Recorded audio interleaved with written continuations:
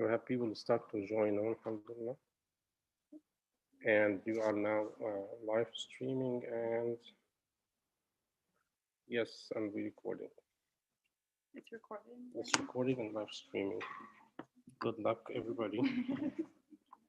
Enjoy.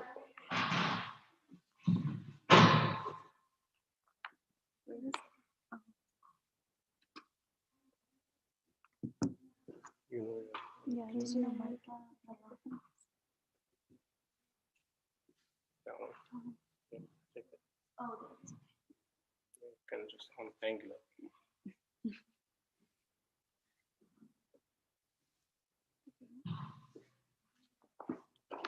good.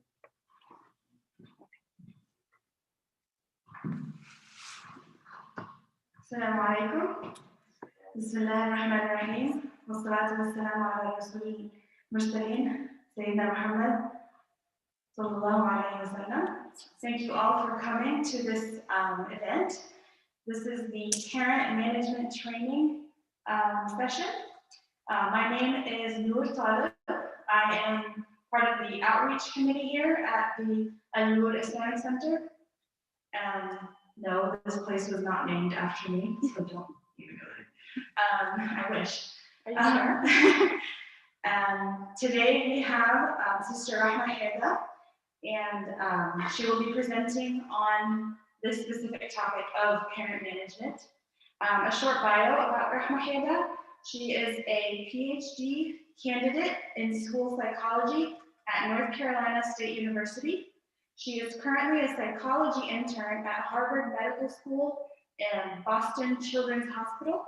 Her research interests include pediatric psychology, evidence-based intervention, internationalization, multicultural psychology, and behavioral analysis. In her work with children and families, she has extensive experience in coaching and providing psychoeducation to families struggling with managing children's behavioral difficulties. She has worked with children with a variety of psychiatric diagnoses, including emotional and behavioral difficulties, as well as intellectual and developmental disabilities. Today, she will be discussing parent management training, an evidence-based practice for management of behavioral difficulties in children. Without further ado, Sister Rahma Hida. Thank you, Sister Noor, for introducing me. Does everybody hear me okay? I have like a small mic here. Is everybody okay? Sounds good. See thumbs up. Assalamu alaikum, everyone. I'm really excited to do this talk. It's definitely something that's really interesting to me, and I think that whenever I give this talk to parents, it really helps them understand behavior and their children's difficulties in a different way. And so I'm really looking forward to sharing what I've learned over the years with you all and just having a conversation about this. So I do encourage you all to ask questions or come in with your own experiences, because what I like to say is that every parent is the expert of their own child. So even though I can talk about behavior, the person who knows your individual child the best is you. So I really encourage parents to bring in their own stories and experiences. I just wanted to start off with a hadith that I really enjoy and that has had a lot of lessons for me, and I'll share it in Arabic and then I can also share the translation. And so the hadith goes عن شداد ابن الهاد قال خرج علينا رسول الله صلى الله عليه وسلم في إحدى صلاتي العشاء وهو حامل حسنا أو حسينا، فتقدم رسول الله صلى الله عليه وسلم فوضعه ثم كبر للصلاة فصلى فسجد بين ظهراني صلاته سجدة أطالها. قال شداد فرفعت رأسي وإذا الصبي على ظهر رسول الله صلى الله عليه وسلم وهو ساجد فرجعت إلى سجودي، فلما قضى رسول الله صلى الله عليه وسلم قال الناس يا رسول الله إنك سجدت بين ظهراني صلاتك سجدة أطلتها حتى ظننا أنه قد حدث أمر أو أنه يوحى إليك. قال كل ذلك لم يكن ولكن ابني ارتحلني فكرهت أن أعجله حتى يقضي حاجته. صدق Rasulullah sallallahu alaihi wasallam. And the translation for this is Shidad ibn al-Had reported, the Messenger of Allah, peace and blessings be upon him, came out to us for one of the evening prayers, and he was carrying his grandson Hassan or Hussein. The Prophet came forward and put him down, then began prayer with exaltation and prayed. He prostrated at the end of his prayer for a long time. I raised my head, and the child was upon the Prophet's back while he was prostrating, so I returned to my prostration. When the Prophet finished the prayer, people said, "O Messenger of Allah, you prostrated at the end of your prayer for a long time until we thought something happened or you received a revelation." The Prophet said, "None of that had happened. Rather, my grandson was riding on my back, and I disliked to rush him before he met his needs." So I think for a lot of different people, this hadith can mean a lot of different things. So just wanted to start off by asking the audience, like, what does this mean to you personally? Like, what kind of like message would this act portray in this hadith? Patience, yeah, that's a really good one. Yeah, exactly, patience, right? So like you're in prayer and like a child is on your back and you decide rather than rush it, you're patient. That's a really good one. Anything else?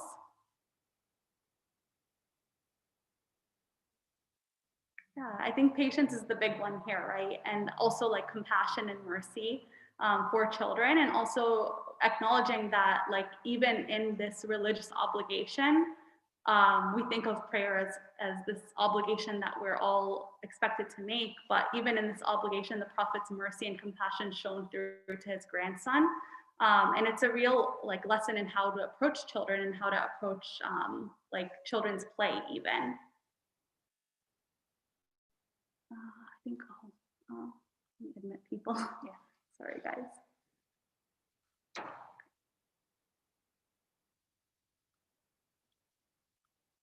Okay, perfect. So I wanted to start off with a discussion, and I think we can discuss like what people think when they hear the word parent or behavior management.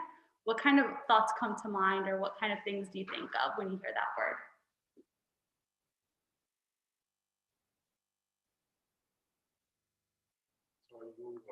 Using the PowerPoint on Zoom or your PowerPoint? Go back to Zoom.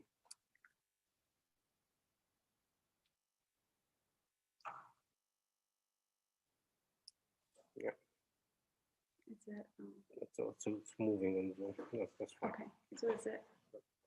Yeah, go back to PowerPoint.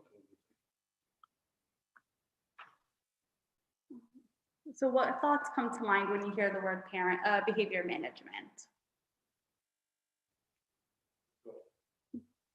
What? Oh, keep going. Like, oh, okay. Yeah, so sometimes some people think of like, having consequences or punishment, things like that. That's what some people think of. What about like for parents here, what situations give you the most trouble when it comes to your child's behavior? So what kind of like behaviors are really challenging or give you a lot of issues?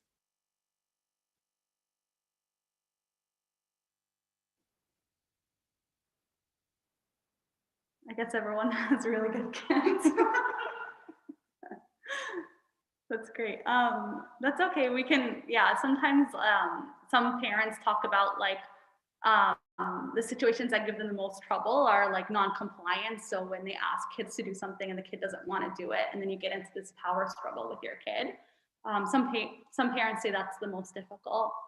What about like some of the strategies you've used over the years to shape your child's behavior? What kind of like, strategies have you used over the years, or techniques you've used over the years?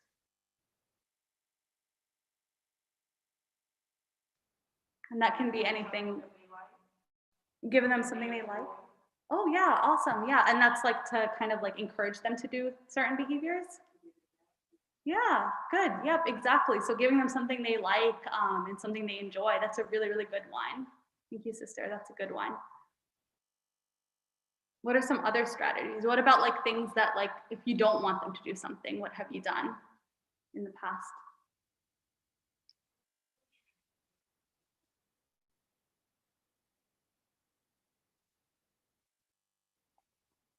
Yeah, yeah. Yeah, talking to them about the consequences is a good one. Awesome. Okay, and then, yeah, great. And those are all really good ones. So talking about consequences for the things that you don't want to see, and then giving them like encouragement or things that they enjoy to encourage them to do things that you want to see. Good. So when we think from a psychological standpoint about behavior, and especially like health in general, we think of like three main key areas. And so that can be biological, social, and psychological. And all of these areas are really important when we think of behavior and we think about a child's, what we're seeing in a child. So these things, this is a model that's called biopsychosocial model that integrates these three key different areas. And so what is parent management training? When we think of parent management training, we think of it as a treatment that involves educating and coaching parents to change their child's problem behaviors using principles of learning theory and behavior modification. So that's kind of like a fancy way of defining what parent management training is. And we can talk more about like what research has found about parent management training and what we've found in terms of how it's effective. So it has found that it's been effective in reducing child disruptive behavior and also improving parental mental health. And it has been studied as a treatment for disruptive behaviors in children with other conditions. And so we talk about like early onset of conduct problems. So when we see conduct problems really early on, we think of it as like difficulties with parenting, inadequate parental supervision, inconsistent discipline, parental mental health status, and sometimes even stress or substance use. And so one of the ways that we think about behavior is through this lens of operant conditioning. And exactly what we were talking about before, that there are things that if you do something and it's followed by something positive, you're more likely to engage in that behavior more. And if you do something and it's followed by something negative, you're less likely to engage in it. So if we think about it very, very basic, if someone puts their hand on a stove and it's hot, they'll retreat their hand and they're going to be less likely to do that in the future. Versus if you do something and you get like a snack right afterward, you're more likely to do it in the future. So reward is introduced to increase a behavior and punishment is to decrease a behavior. And then we think of this kind of grid about like what punishment means, what reinforcement means, and what positive and negative means. So punishment, whenever we use the word punishment, I think people always think of it kind of like something bad. But the way that we can think about it is punishment is to decrease a behavior. Yeah, yes. Exactly, yeah. Yep. Yep. Exactly, yeah. Yep. Yeah, I like that, yeah. So what does that mean for kids who are older, like moral compass? Well, I kind of always mention a law. Mm-hmm. So I can't watch. You do every single thing all day. Yeah. So your moral compass, like, you know, Mm-hmm. in that sense. Yeah. Yeah, exactly. So you're kind of like, when they were kids, it was different. You were giving them these like concrete, like punishment, versus when they're older, you hope that more of it is toward like their own moral compass and understanding of Allah subhanahu wa ta'ala and their relationship with Him. Yeah, that's a really good way to frame it for sure. Yeah. Yeah, so this actually, it's more like when they talk about like these kinds of things, usually it's for younger kids, but it can also apply to older kids. We can actually talk about like how things shift developmentally. So we think of like with younger kids, your currency is like praising their positive behavior. So you say like, good job doing that, or good job doing your chores, or good job cleaning your room. For older kids, especially when they become teenagers, they actually cringe when you give them praise. And that's like something that really shifts, right? And that parents really notice is like, oh, like when they were kids, they really responded well to my praise. And now that they're adolescents, they're just like, it's not working. So what I say is like the currency for adolescents is respect and autonomy. And so it means like you treat them like they're an adult, even though you know they're not, right? And you also give them more freedom. So whether that means like, you know, like a curfew or something, or giving them like a more flexible weekend or whatever it is, that's like the shift that happens in adolescence. And so that's what we use in terms of like punishment and reward for adolescents. It's less about like praise and like tangible rewards and more about like respect and autonomy. And that's definitely something that can be hard for parents to transition to. Do you have any questions about that? What have you noticed in terms of like when your kids transition to like adolescence? Like what have you noticed in terms of like changes to your like behavior management when they turned into adolescence?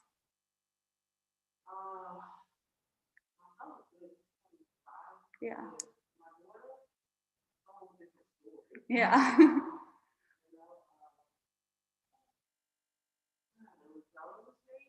Yeah. Mm-hmm. Yeah. Yeah, exactly. Yeah. Yeah, it's a lot easier. It's a lot more like concrete when they're younger.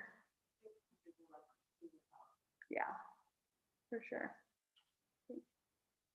Yeah, thank you for adding that.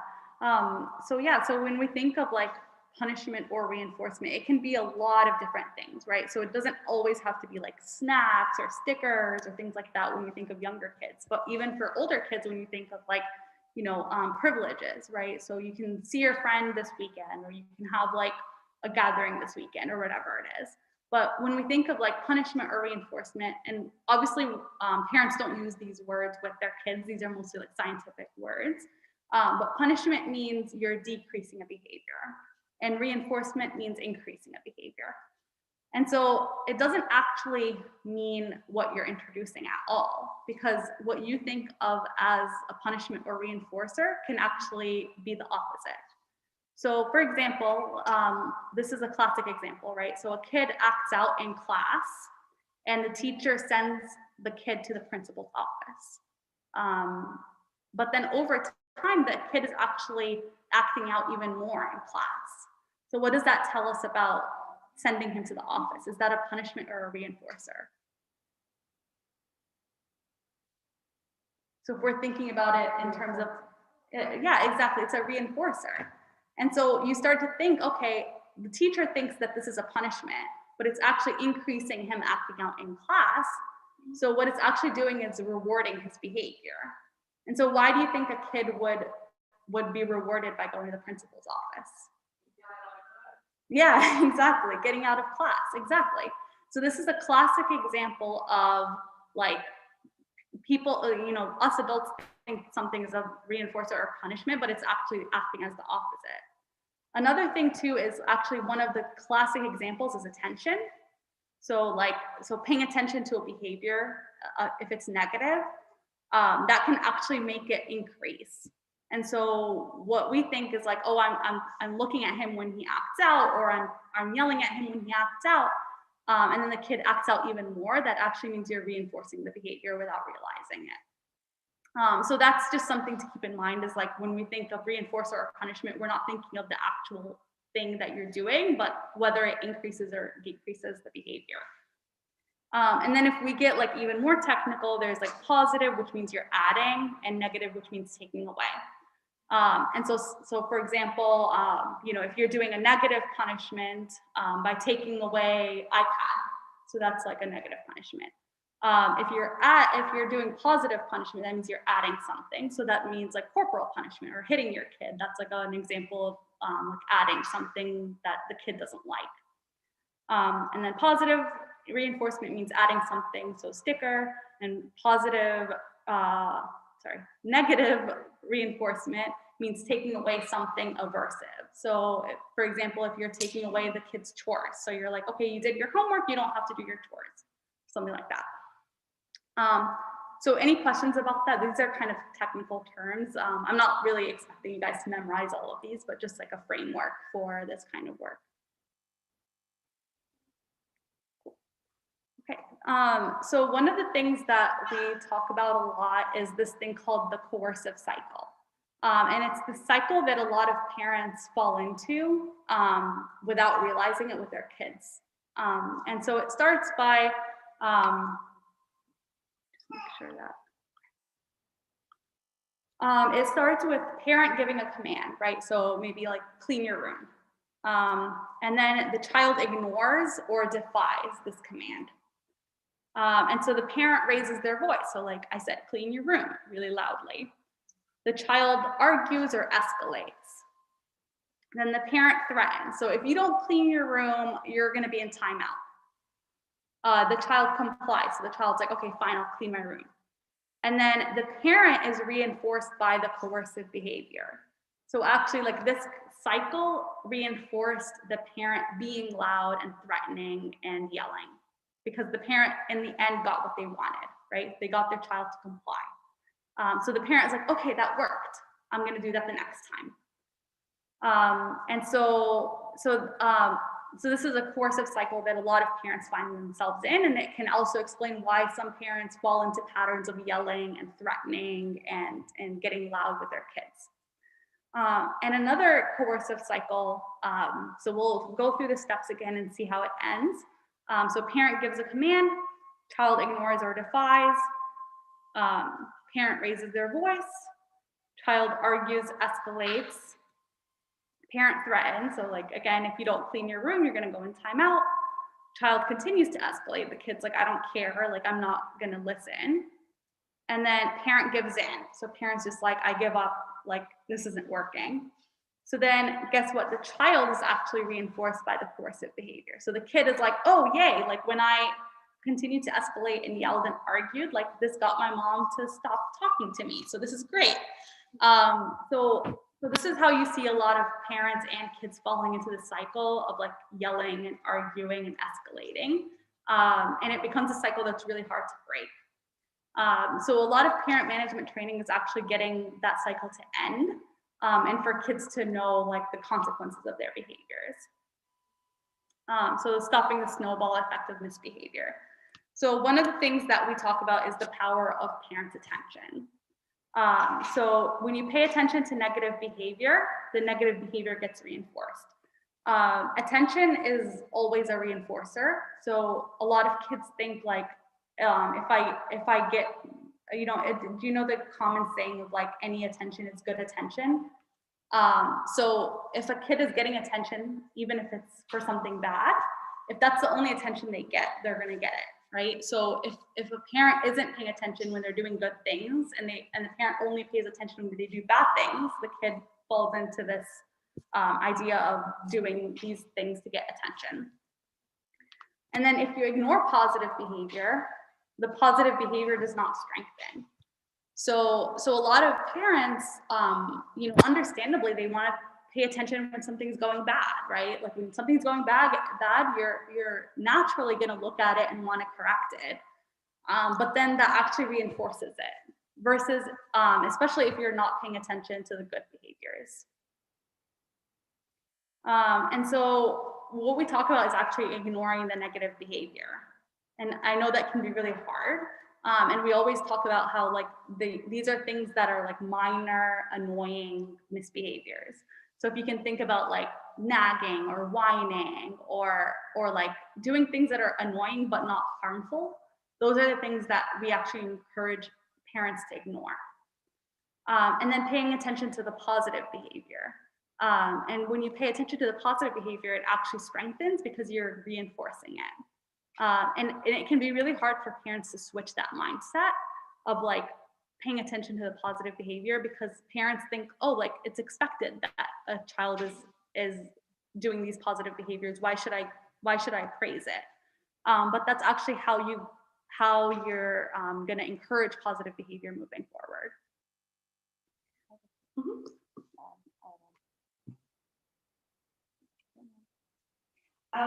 If you could go just quickly back to that coercive cycle, the first one that you talked about. Yeah. The parent gives the command, the child refuses, the parent yells or whatever, and then the kid finally, adds on or does what the parent's saying. So what would you, because I'm very guilty of this, what would you suggest to a parent to get out of this constant cycle of, I'm telling you to do something, I'm the parent, you're the child, you need to listen to me. No, I don't want to do it, or I'll do it later. Yep. So what would you suggest as a technique to avoid this cycle of power struggle, basically? Yeah, between a parent and a child.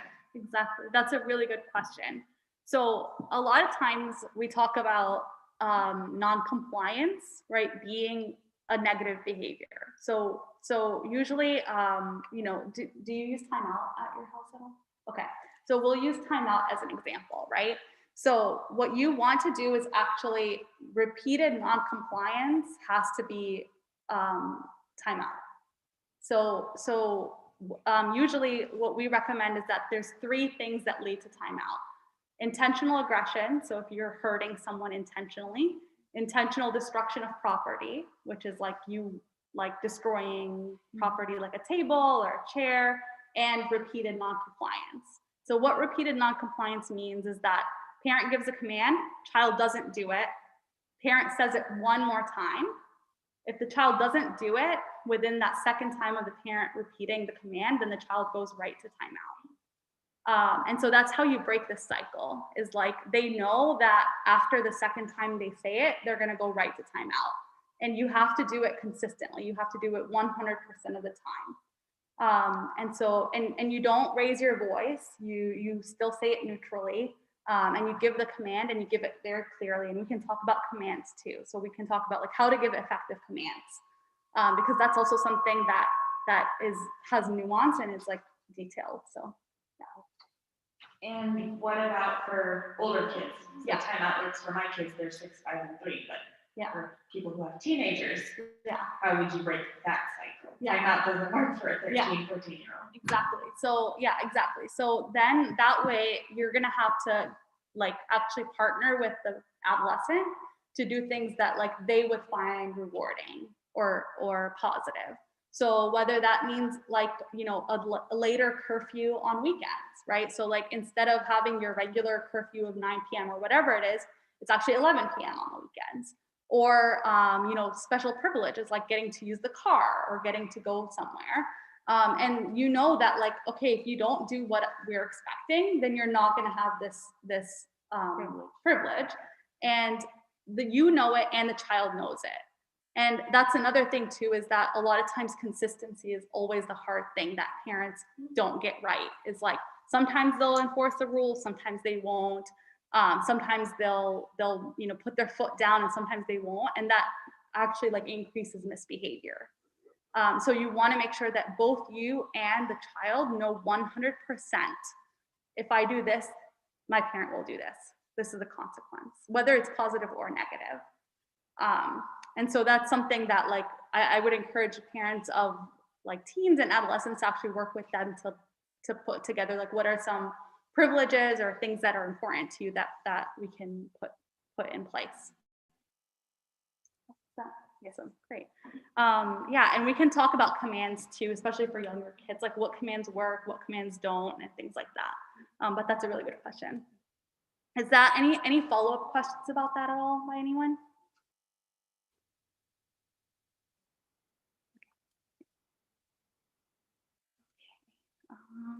Okay, so the power of your attention and giving attention to positive behaviors and ignoring the negative minor misbehaviors. I call them like annoying behaviors, right? And like all parents are like, yep, I know those annoying behaviors that I can just ignore and I don't have to get into a power struggle about it. And one of the things too, just to talk about like ignoring minor misbehaviors, one of the things that parents find is that when they start doing this planned ignoring, the behavior actually gets worse before it gets better, because the kid is like used to getting attention for these behaviors. And so they're actually going to try to escalate to like kind of like test out like, okay, what can I do to get them to pay attention again?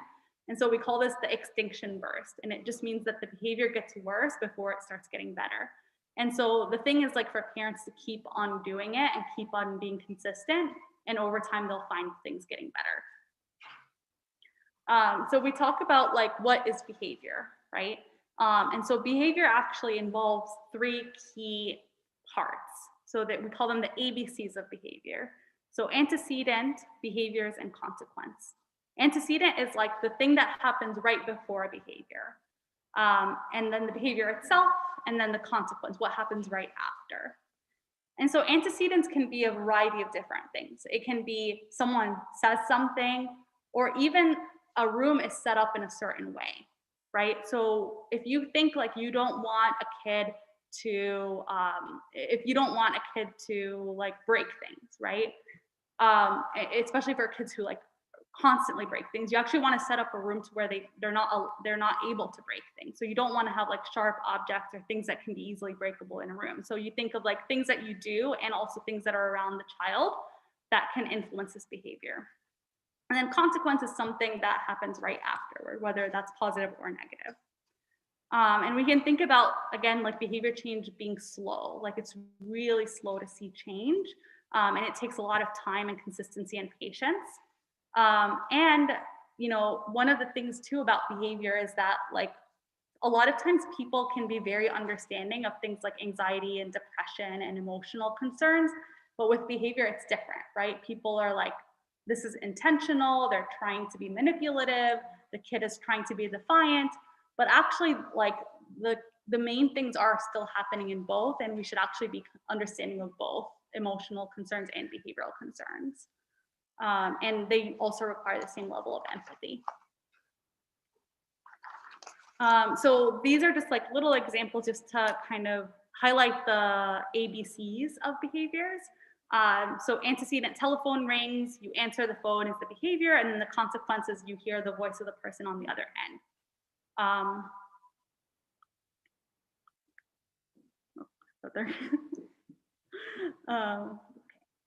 And then you can think also like waving to a friend, behavior, or like you get away from a friend, you walk over to the friend as a behavior, and then you start talking and things like that. And then there are other things too. So you can think of them as very basic things that happen in everyday life and also child's behavior.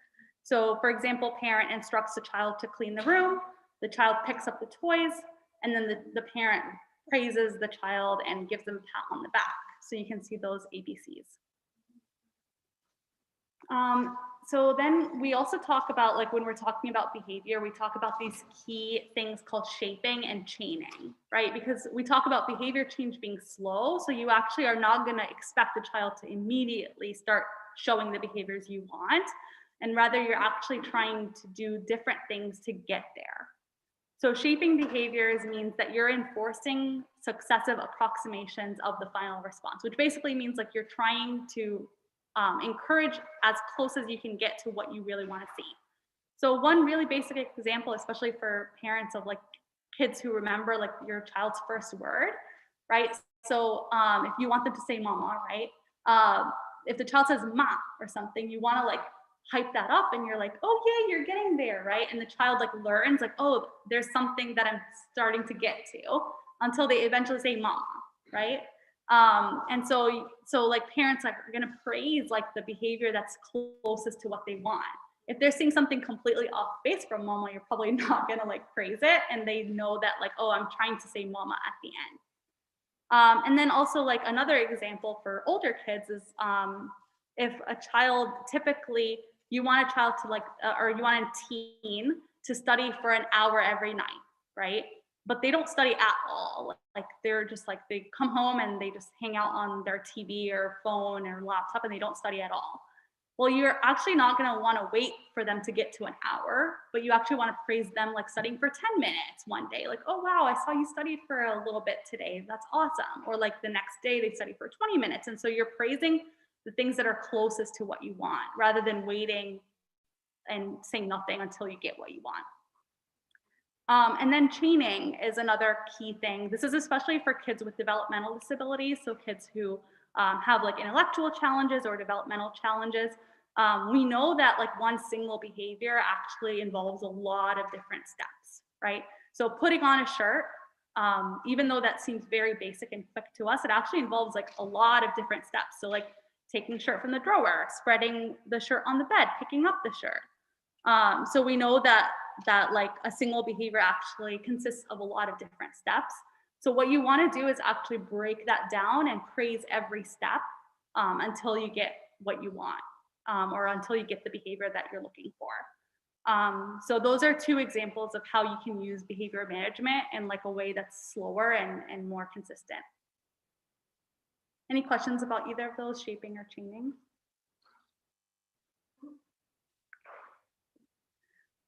Okay, so we talk about like the hierarchy of behavioral techniques, because there are different behaviors that you want to engage in to practice these steps. So the first is actually teaching and modeling good behavior and expectation. So like showing your child like cleaning your room or doing chores or being kind to people, right? Because children learn from what they see. And so when you're modeling that and like modeling good emotional regulation, for example, so when mom is mad, like how does she talk to people? Or when mom is upset, like how does she tell people that she's upset? Those kind of things, when you model them, a child is learning and picking up on what they're seeing. And so that's like the very key foundation of behavioral techniques, is like actually teaching and modeling good behaviors. And then frequent reinforcement for positive behavior. So really like hyping it up and really giving them praise for their positive behaviors. And another thing too is giving specific positive feedback. So a lot of times parents are just like, good job, right? But the kid doesn't really know what the good job is for. So you want to actually be specific about what you're praising.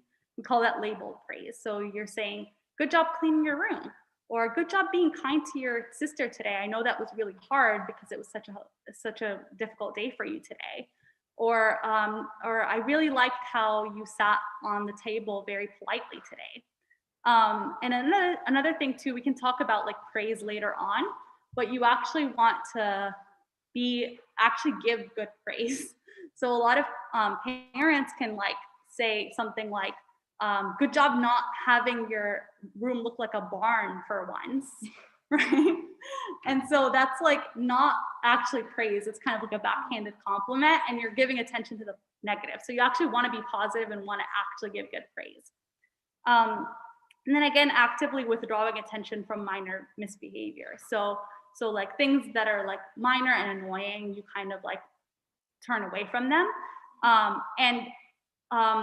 Even though planned ignoring seems pretty simple, it can actually be really difficult to get right, because even looking at your child is giving attention, right? So a lot of parents, like won't say anything, but they're still watching the kid, and that's actually giving attention. So what it means when you're ignoring is like you're completely looking away from it, you're completely distracted from it, and then in your peripheral, you're actually seeing them just to make sure they're safe. But and also like some parents are like, I'm ignoring you now. And that's not really ignoring because you're still giving it attention. And then weighting and praising the positive opposite. And so what does that mean, the positive opposite? And so that basically means like, thank you. So that basically means things that like the problem behavior and then the opposite of it. And we can talk about like examples of that. I think I have a slide about, I think I have a slide about that. And then giving good directions, and we can talk about that because that's also a nuanced thing too. And then sparingly providing immediate consequences for misbehavior. So what we do know about behavior management is that reinforcement actually is more effective than punishment.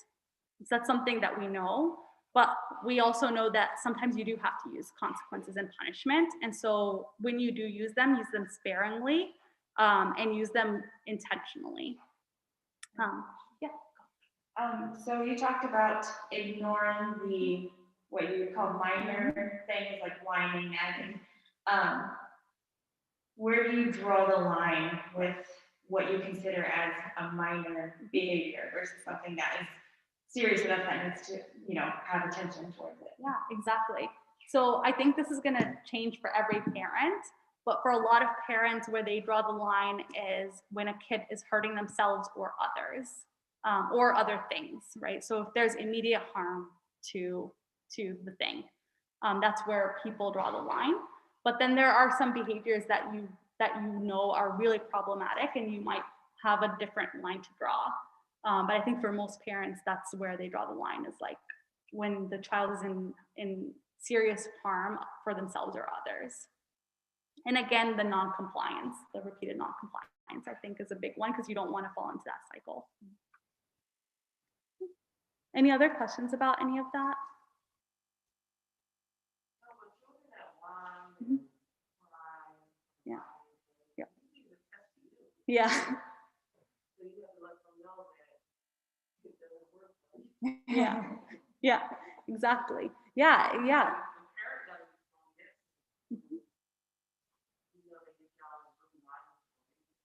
Yeah.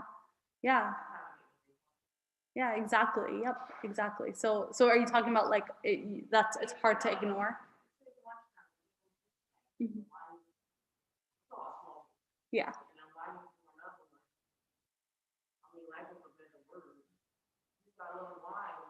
Mhm.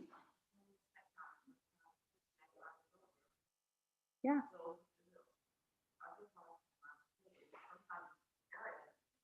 Yeah, exactly. Exactly. So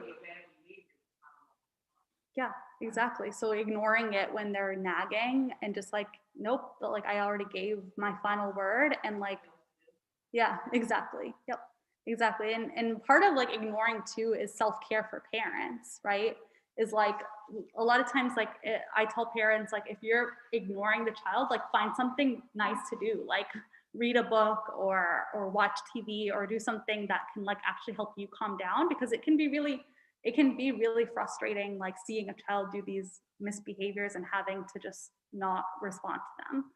So yeah, exactly. It's a test, and parents, like it's important for you to keep with your word. So what we talk about with positive opposite, right? Because we are tuned to like no negative behavior, right? So if I ask you what is negative behavior, you're gonna be like hitting, punching, yelling, nagging, whining. Like we're so quick to produce these negative behaviors because we're always paying attention to them. Whereas positive behaviors, it can actually be kind of challenging, thinking of like, what's the opposite of hitting, right? Have you ever thought of that? Like, what's the opposite of hitting? Because that's what you want to do. You want to say good job blank, not good job not hitting. So that's also, it's always challenging thinking of like, what's the positive opposite of this negative behavior. So you know, one of the things is like saying or expressing anger verbally rather than throwing things or hitting people when they are told no. So good job telling me how sad you are today. I really appreciate you using your words. One positive opposite I use for hitting is gentle hands. So like, I really like how you used your gentle hands when we played today. So like, not referring to the negative behavior when you're praising. So we don't want to say things like good job not being loud or good job not yelling. We actually want to use the positive opposite. And then again, like playing cooperatively with a sibling rather than arguing, going to the teacher or bus driver when provoked or teased rather than hitting the child who provokes them, speaking calmly to a teacher when confronted or accused. So you want to use these positive opposites and really look out for them. And what I like to say is like, be a detective for positive behavior. So, so another word is like catch them being good, right? We're always thinking of like catching them being bad, but you actually want to catch them being good. And that can actually like really change your relationship with your child when you start like kind of looking out for the good, because it can actually show you how much good the child is doing on an everyday basis when you're actually looking out for it. So again, like setting the stage for success, right? So this is what we call the antecedent, giving good directions. So this is something that can be really hard to do, especially if you're really busy and you just like want your child to do something. So you want to be direct, telling, not asking. So we don't want to say, can you clean your room? You want to say, clean your room. You can add please if you want to, but you don't actually have to. But you want to be direct and telling, not asking. Positive what to do. You don't want to say like, don't leave your room messy, right? You want to say clean your room.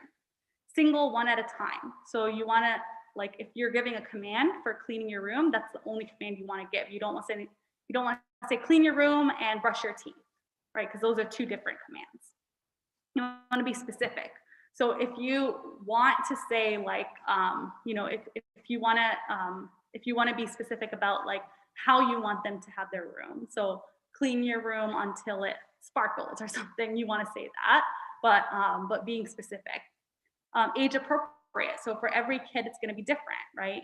And so making sure that it's appropriate for the age. Normal tone of voice. You don't want to yell, but you want to be neutral in your tone. Polite and respectful. And this big one is ensure the child is paying attention, right? Because sometimes like you might give a command and the child won't even hear it. So sometimes you actually want to say the child's name, right, before you give the command. So I'll just use my brother Ali's name, but Ali, clean your room. And so you're ensuring that the child is paying attention when you give them the command. And then guidelines for reinforcement. So when we think of like when the child does something positive, so when the child does clean their room, what do we follow that up with? And so there are different reinforcers that you can use. There are like sometimes food and snacks. So that's usually for younger kids. This is kind of controversial. Some people don't really like that because you're kind of building this complicated relationship with food. So this is a little bit controversial, but I think it can be used, if used appropriately and moderately, it can be a good one, especially for younger kids, especially if it's like snacks that they don't get often. And then social reinforcers. This one's really good and really easy to do. And it's giving positive praise and attention. And sometimes even physical contact, like a hug or a pat on the back or a high five. And then you can also do like privileges and activities. So this is especially for older kids, but even for younger kids, like a play date or like a fun day at the park, things like that. And some of this too is that these can be a little bit difficult to do because you want to make sure that if you give a reward or if you promise a reward, you are ready to give it and you're ready to take it away, right? So if you say we're going to go to Disneyland, right? You want to be ready to cancel those flights if the kid doesn't actually do these things that would get them to Disneyland. Yeah, exactly. Exactly. So if you're not willing to cancel the flight and cancel the plans, do not use it as a reinforcer. And so that's like an important thing about those social reinforcers is that like you have to be ready to give it and take it away. And another thing too is that you don't want to we can talk about like inappropriate punishments later on, but you don't want to do something where the whole family goes somewhere and the child stays at home. Because that can, do some like social exclusion feelings and things like that. So we can talk more about that too. And then one thing that a lot of parents do is like a token system at home. So like stickers or chips or stars, and they have like a star chart or whatever it is. And then, both the child and the parent knows like if you get a certain number of stars or if you get a certain number of tokens, you can get a prize or a gift or something like that. And we can talk more about that because a lot of parents really like that one. And token programs can vary in complexity. So sometimes they can be like literally 3 behaviors, like clean your room, like brush your teeth, study or whatever it is. Or they can also be really complicated and really have a lot of different behaviors. And this can be dependent on every child's needs, like what a child can benefit from at a certain time.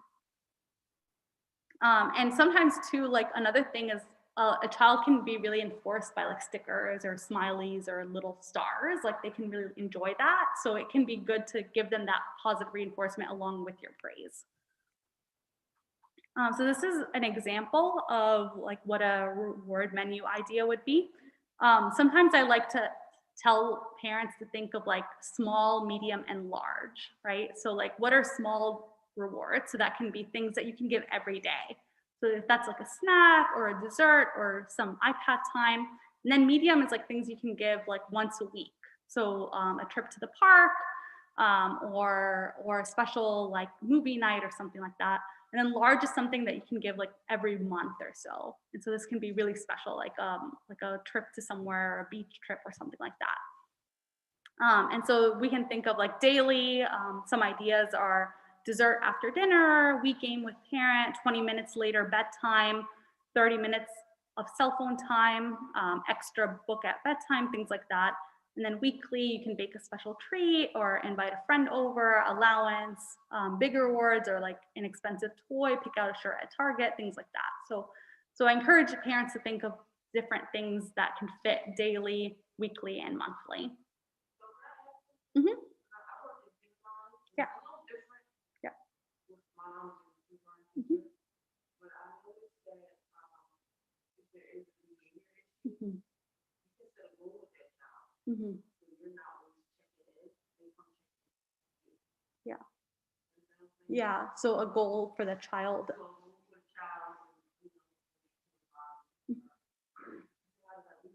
Mm-hmm. Yeah. Yeah. I like that. So yeah, exactly. Like the teacher partnering with the parent to do like a behavior goal. Yeah. Yep. Yep. Exactly. Exactly. Yeah. Mm-hmm. Yeah. Mm-hmm. Yeah. Yeah. Yeah. I like that a lot. Yeah. And it's also nice to like hold the parent accountable sometimes, like have the child and the parent like talk together and you're like, hey, did you get your prize for this week or something? Yeah, I like that idea a lot. So yeah, this is like a reward menu. This is kind of how it could look like, and you would put together what the reward is and how many tokens the child would need to get it. And I encourage, because we were just talking about how like reinforcement and punishment can be really different, I encourage parents to think of like what things would be rewarding for their child and like actually work together on this. Because sometimes you can think of something that would be a reward and actually for your child is like, no, I actually don't really want that. Or I wouldn't really think of that as a reward. And so this is a token chart. So this can be thinking of like the target behavior. So get out of bed with no more than one reminder. And notice how this is really specific, right? Because if you said get out of bed, and then the parent had to remind them 10 times and then they finally got out of bed after the 10th time, technically they would put that token if it was just get out of bed, right? So the importance of being specific, get out of bed with no more than one reminder. And so when will you check and when and how will you monitor? So parent checks after the first reminder, and then the number of tokens. So this is really good for you to just lay out, like, how will I check this? Because some behaviors are going to be really hard for you to be able to monitor. And also how many tokens the child earns when they do this behavior. And then you can also put like what the daily total would look like, and based on that, you can talk about like how they can exchange that. So we talk about like essential ingredients to make reinforcement effective. So what key things are needed for reinforcement to actually work? So contingent application of consequences, which basically means like every time I see this behavior, this is the consequence. And you do it immediately after too. So you don't want to go like a whole day and then punish a child for a behavior they did in the morning, because then they're not going to be able to tie this behavior to that consequence. You actually want to immediately follow behavior with consequences. So immediacy of reinforcement, so doing it right then. Continuous reinforcement, so being consistent with it and like doing it over time. Magnitude or amount of the reinforcer. So this one's really important because for behaviors that you rarely ever see, you actually, and you really want to see, you actually want to praise them way more than you would like behaviors that you see all the time.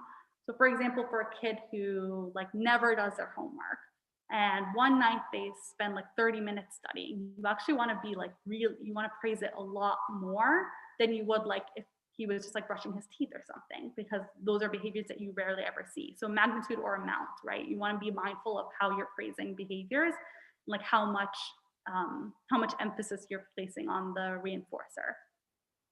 The quality or type of the reinforcer, again, like making sure that the reward is actually something that the child enjoys.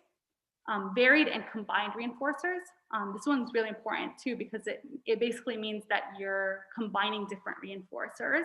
So you might give them like, TV time with parents, and you can also give them social praise, and you can give them a sticker. So you're like combining different reinforcers.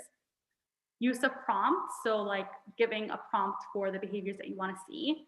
So for example, like if the child goes to the bathroom, they see that there were toothbrushes there and their toothpaste is there, and that's a prompt for them to brush their teeth.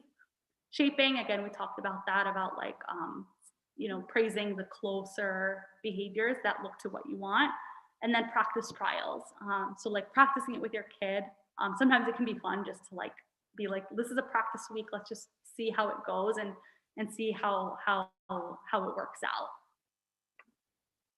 And then this is a graph that talks about like continuous reinforcement and intermittent reinforcement.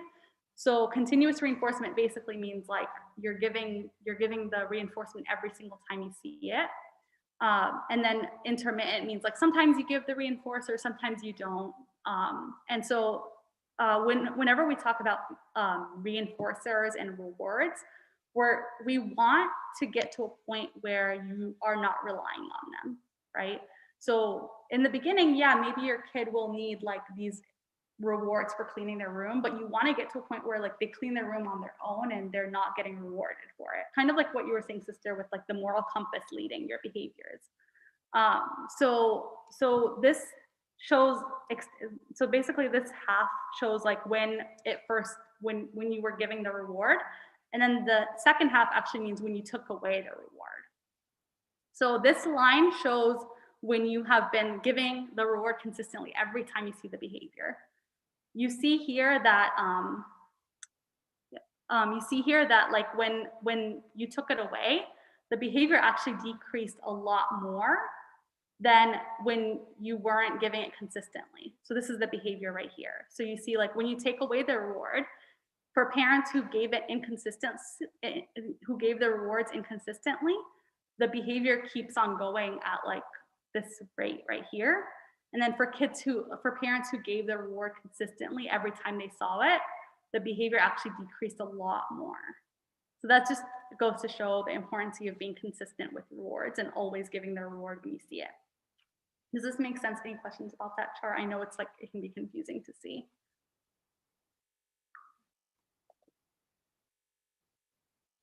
Okay, so one of the things that we do want to talk about is punishment, right? Because even though we know that reinforcement is important and it's actually the most effective, there are situations where we would have to use punishment.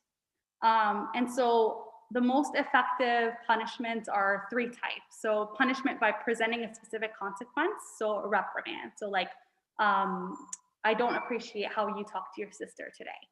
Or what you said was not very kind. So like reprimands, right? So verbal expression of what you saw. And then punishment by withdrawing events or consequences, so taking something away. So that's like privileges, like, whether that's like being able to go out for the weekend or take the car for the weekend or things like that. And then punishment by requiring some activity or effort. So that can be like a chore or an extra like thing that they have to do.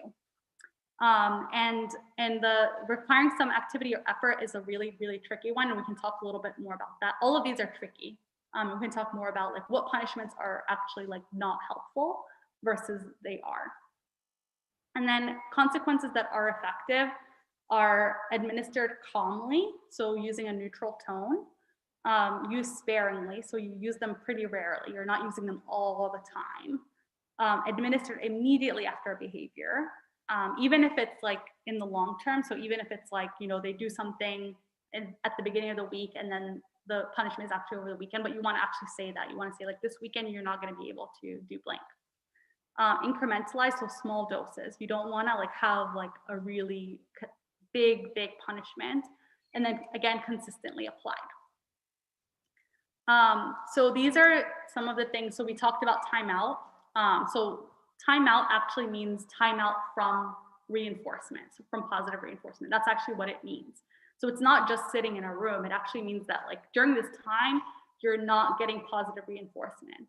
So that actually means that you can't just tell them like go in your room if their room has like an iPad and a TV and a computer, because then they're just going to play on it and that's not actually a punishment. So you want to completely take away all positive reinforcement during this time. Oh, okay. Another thing too, like for timeout, a good guideline that people use is like the child's age is the amount of timeout. So if a child is 7 years old, you'll have 7 minutes of timeout, and that can be like a really good guideline for that. And then a response cost, so loss of a positive reinforcer or penalty of some sort. So you take away a point or a token, or you take away a privilege that they had. And then completion of some activity, so doing an extra chore or doing a task that they don't really enjoy. And so some of the things that some parents come with these myths or questions about punishment. And I encourage you to think if you've ever like thought of these, right? So number one is more of a given punishment is better than less, right? So if I give them like an hour of timeout, that's better than if I give them 10 minutes. A more intense form of punishment is needed if a less intense does not work. So if I yelled at my kid and they didn't do what I asked them to, if I hit them, then it'll work. And then the child has to be upset. And that's how I know that the punishment is effective, right? So if the child is like really sad or really angry or crying, that's how I know that punishment is effective. And if they're not upset, then it didn't work.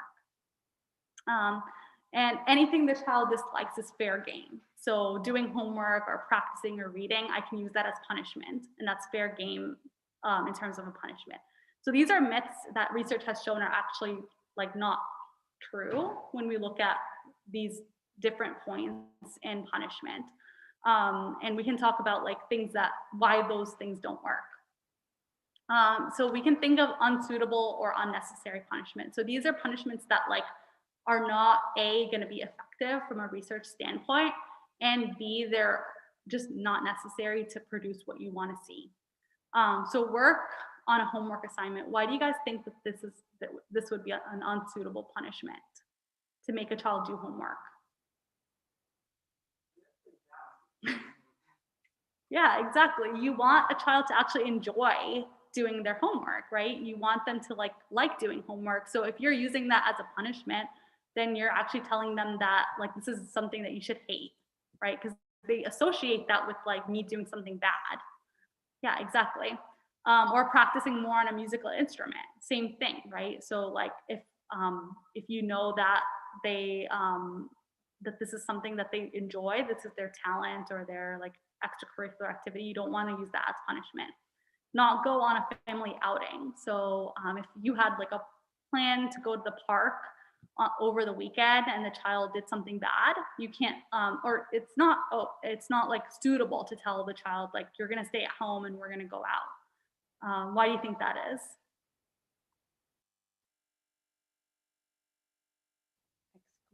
Yeah, makes them feel excluded from the family. Yep, exactly. So one of the things you can still do is like, we're all gonna stay home today, right?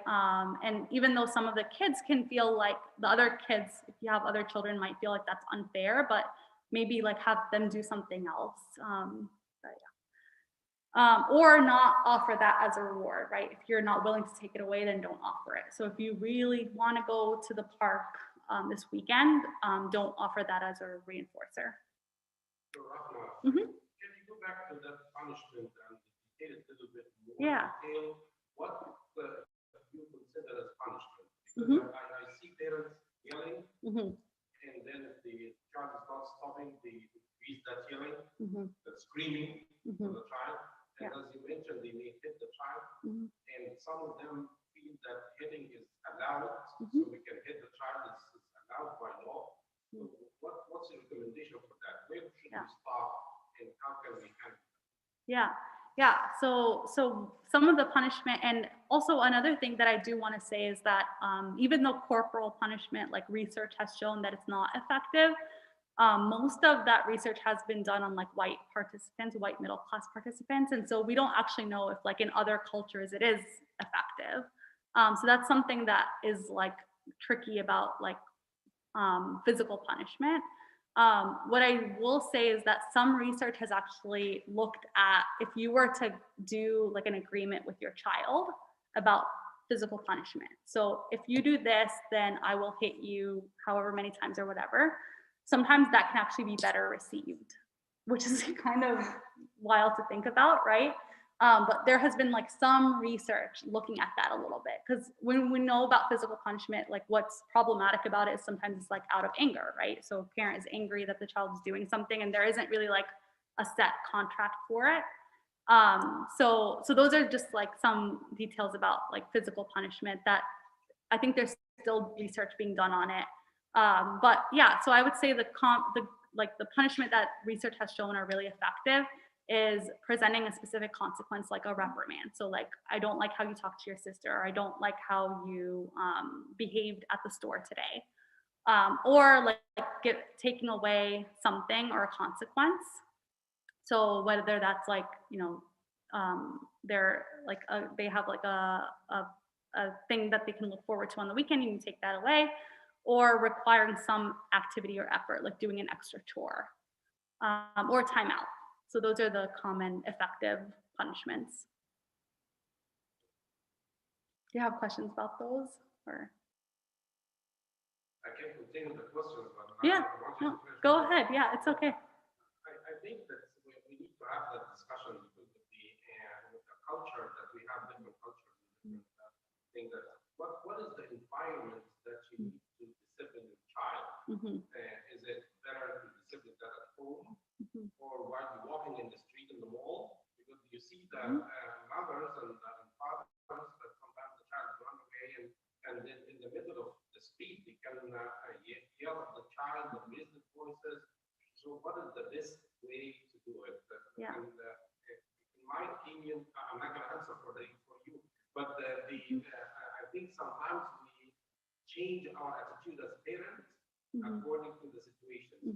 My recommendation is to stay calm at all situations, not to be different from home to outside home, because the child is very clever and they can get in your nerve because of that. So that you have to be consistent with the way that you deal with the child inside and outside. Yeah, I would agree. I think consistency is like a repeated word in this presentation, and if that's something that everybody can walk away with, is that consistency is super important, not only in your consequences, but when you give them and like the environment, right? You don't want to be a different person outside versus at home, for sure. And so sometimes too, like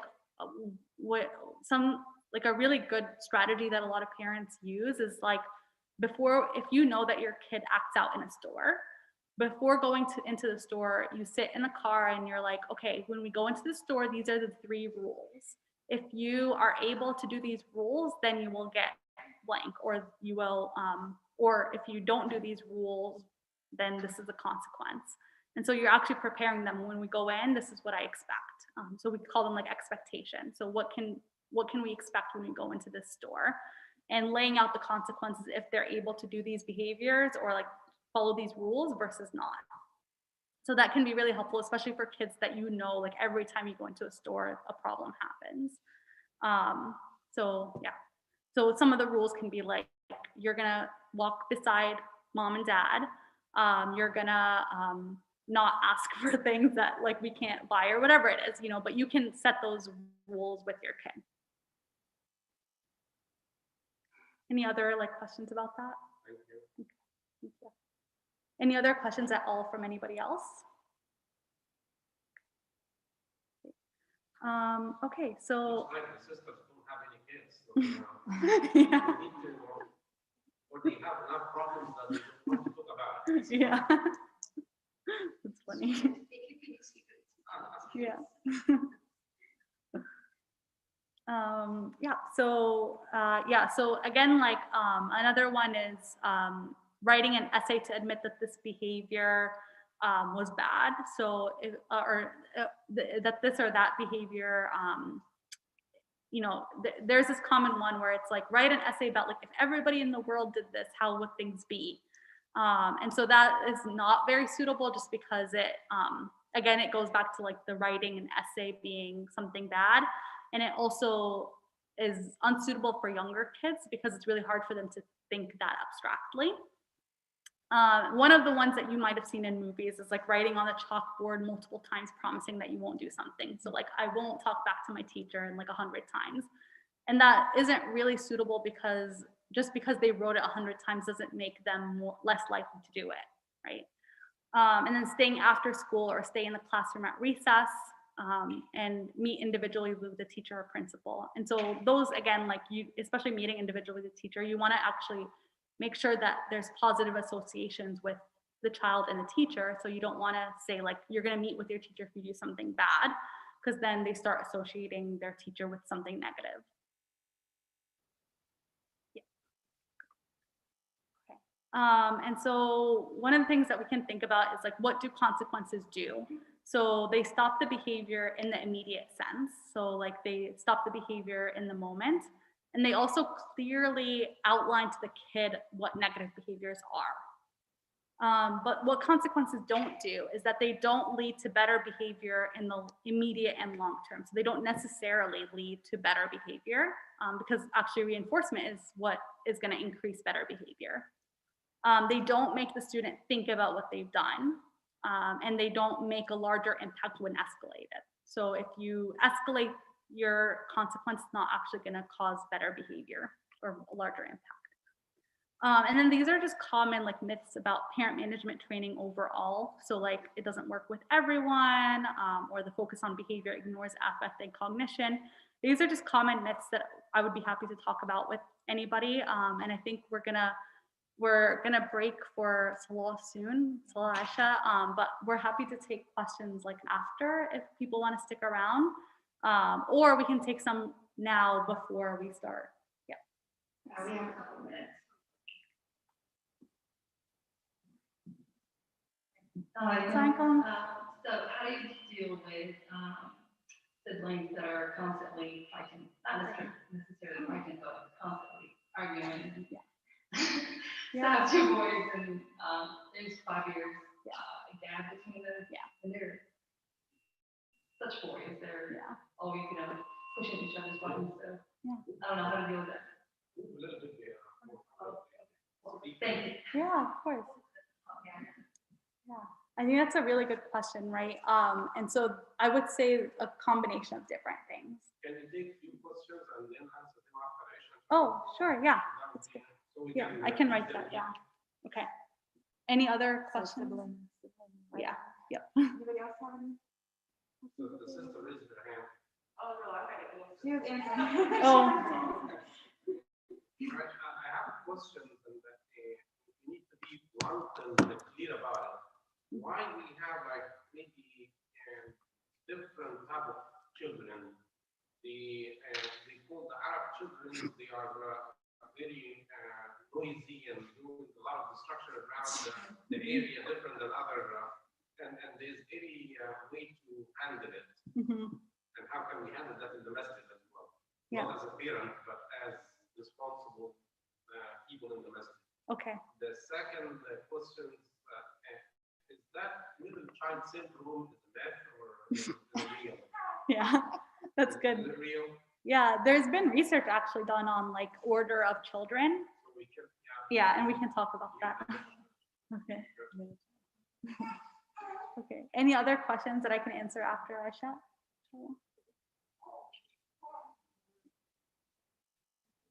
Okay, inshallah, we'll take a 10-minute break and we'll pray at 7:30, I believe, and we will continue with the question and answer right after.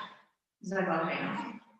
So I would say that question and answer is more important for interaction. So I ask the sister to stay, inshallah, and a few more brothers will come from the Aisha and have more interactive discussion. Okay.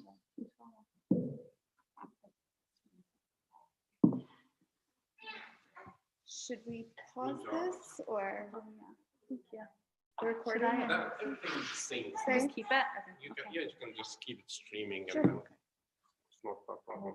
We should not stop and keep it. Good job, Thank you. mashallah. Thank you. Wow. Thank you.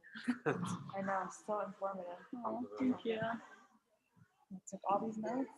Yeah, I saw you. Allahu Akbar, Allahu Akbar. Thank you. الله أكبر الله أكبر أشهد أن لا إله إلا الله أشهد أن لا إله إلا الله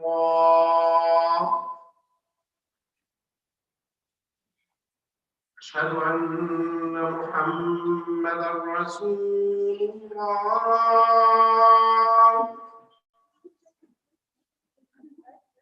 أشهد أن محمدا رسول الله حي على الصلاة حي على الصلاة حي على الفلاح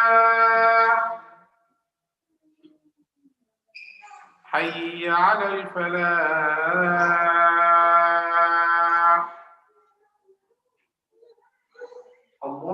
الله أكبر الله أكبر لا إله إلا الله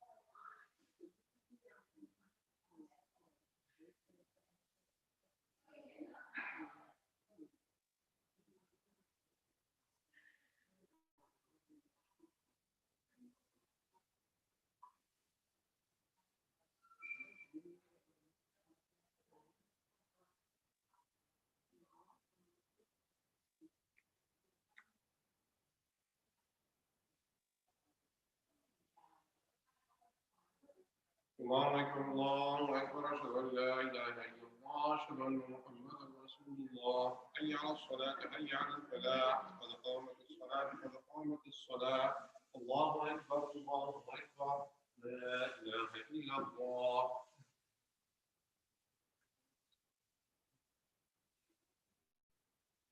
استقيموا.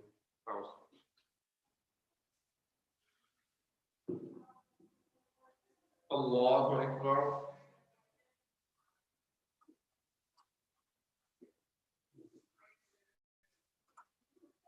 الحمد لله رب العالمين الرحمن الرحيم مالك يوم الدين إياك نعبد وإياك نستعين اهدنا الصراط المستقيم صراط صراط الذين أنعمت عليهم غير المغضوب عليهم ولا الضالين.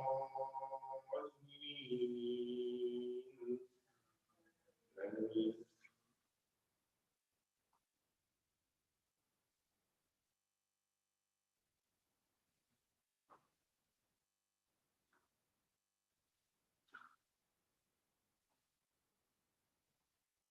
لا أقسم بيوم القيامة ولا أقسم بالنفس اللوامة أيحسب الإنسان أن لن نجمع عظامه بلى قادرين على أن نسوي بنانه بل يريد الإنسان ليفجر أمامه يسأل أيان يوم القيامة فإذا برق البصر وخسف القمر وجمع الشمس والقمر يقول الإنسان يومئذ أين المفر كلا لا وزر إلى ربك يومئذ المستقر ينبأ الإنسان يومئذ بما قدم وأخر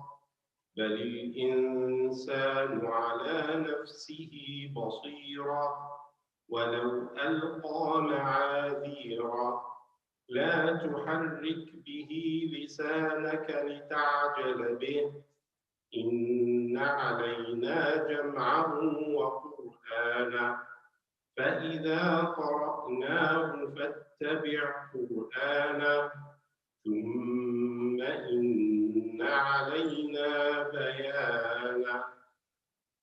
الله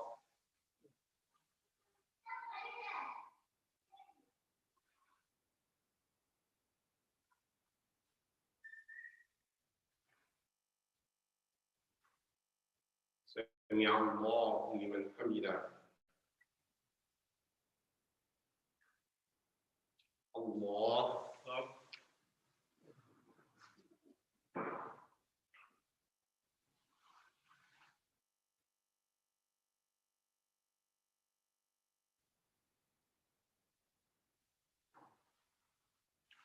الله أكبر.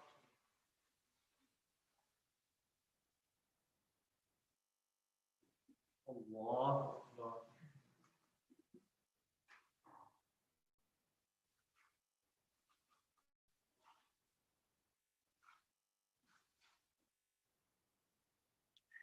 الله أكبر.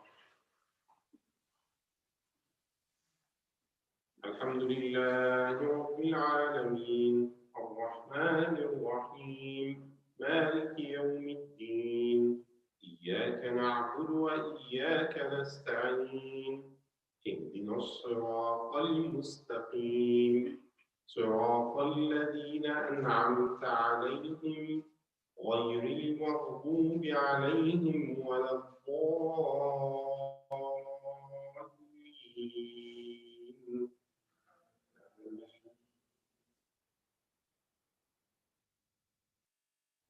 إذا زلزلت الأرض زلزالها وأخرجت الأرض أثقالها وقال الإنسان ما لها يومئذ تحدث أخبارها بأن ربك أوحى لها يومئذ يصدر الناس أشتاتا ليروا أعمالهم فمن يعمل مثقال ذرة خيرا يره ومن يعمل مثقال ذرة شرا يره.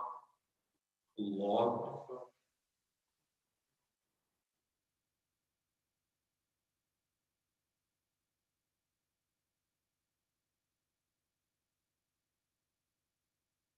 سمع الله لمن حمده. الله أكبر.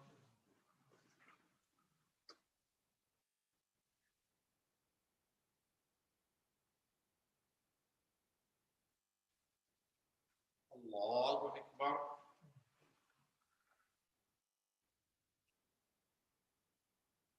الله أكبر.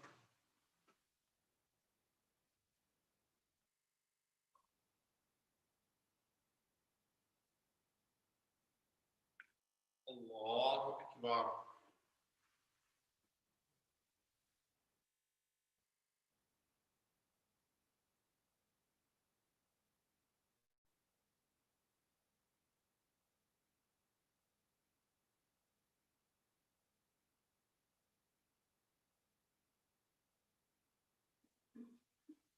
الله أكبر.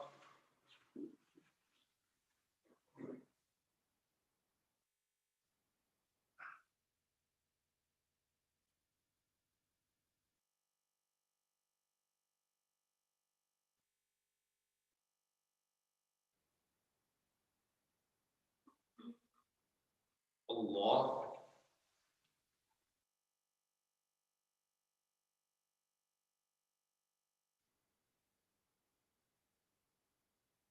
سمع الله لمن حمده. الله أكبر.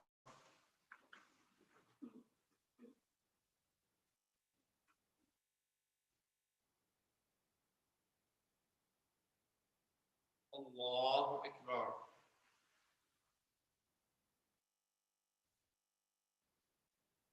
الله أكبر.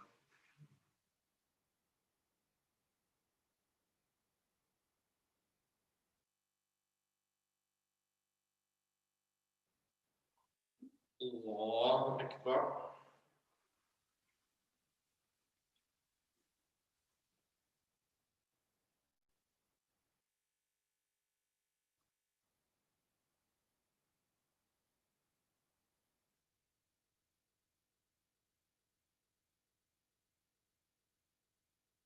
الله أكبر.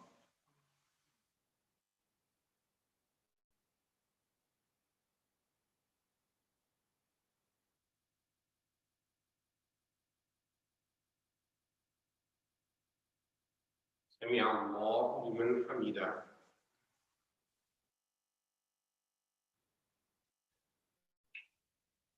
الله أكبر.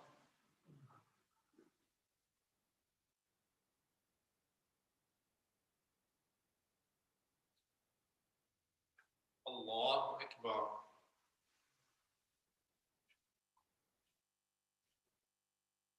الله أكبر.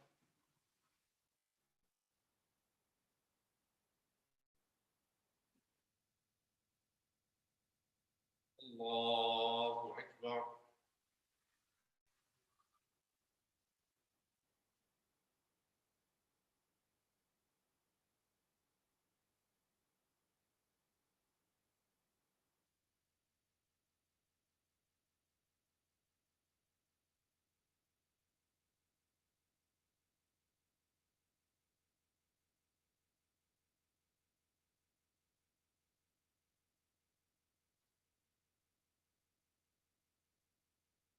السلام عليكم ورحمة الله. السلام عليكم ورحمة الله.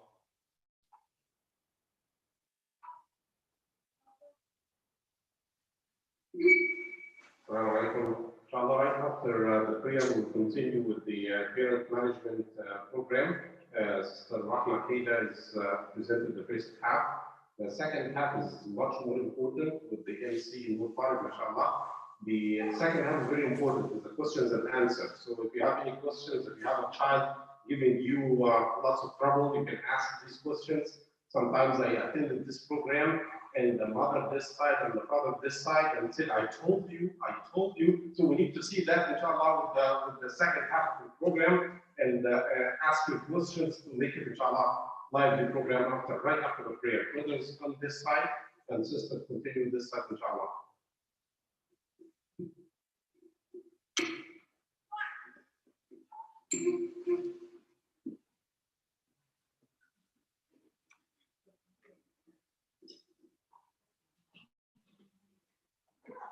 And we have refreshment, nice food outside, so inshallah, after we finish.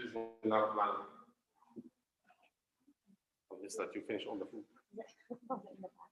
Huh? Is it in the back of the In the back? No, it's in the front. In the front? Ask your Rahma.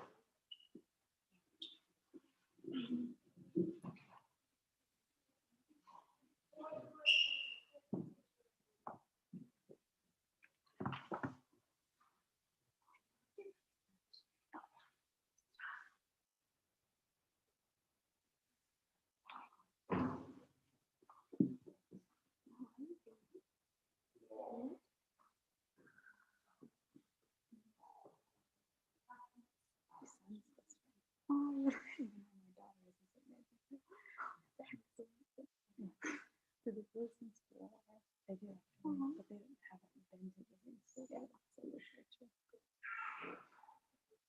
Okay. What is it? Assalamu alaikum. So as promised, we will start the questions, comments, and answer session right now. There were a couple of questions that were asked right before Aisha, so we'll address those first. And if anybody else has any questions, please feel free to ask whenever you want. I may ask you to repeat the questions for Yeah. the streaming. If we don't Yep. hear from Yep, I think one of the questions was about sibling rivalry and how to address siblings fighting. It sounds like more verbal fighting, so not like being aggressive toward each other, but more of verbal arguing, and also just being really loud, like two boys, it sounds like two younger boys being really loud at home. So I would say a few different things for that one, because we always want to use different approaches. So the first approach is to decide whether this is a minor misbehavior that you can ignore. So are they kind of bickering back and forth and arguing with each other back and forth, but overall not being aggressive toward each other, not hurting each other or themselves? If so, then you can decide if like you're willing to ignore that. With that being said, there probably are some situations where like their volume really rises and you're concerned that like neighbors will hear, or it's really interfered with you just being able to carry on your everyday activities. So in that case, I would talk about like giving incentives to them having like a quiet voice, or like an indoor voice is how I would call it, as the positive opposite. It's like using your indoor voice. And you can even say like, you know, when you are seeing them talk to each other in that indoor voice, like, good job using your indoor voice. I really like how you talk to your brother respectfully, or I really like how you talk to your brother politely. I would say that sometimes it can be really easy. I know we were talking about this right before prayer, but it can be really easy like for parents to get caught up in that. And that can actually be its own reinforcer, right? So if you're getting into the middle of their argument and you're like trying to figure things out for them or help them resolve their issues, that can actually be like their time to have time with mom, right? And so that's like their own way of getting your attention. And so being really mindful of like, when you are interfering, what are you actually doing? And is your interfering making this argument go longer than if you weren't involved? And if so, then it is acting as a reinforcer for you to be involved.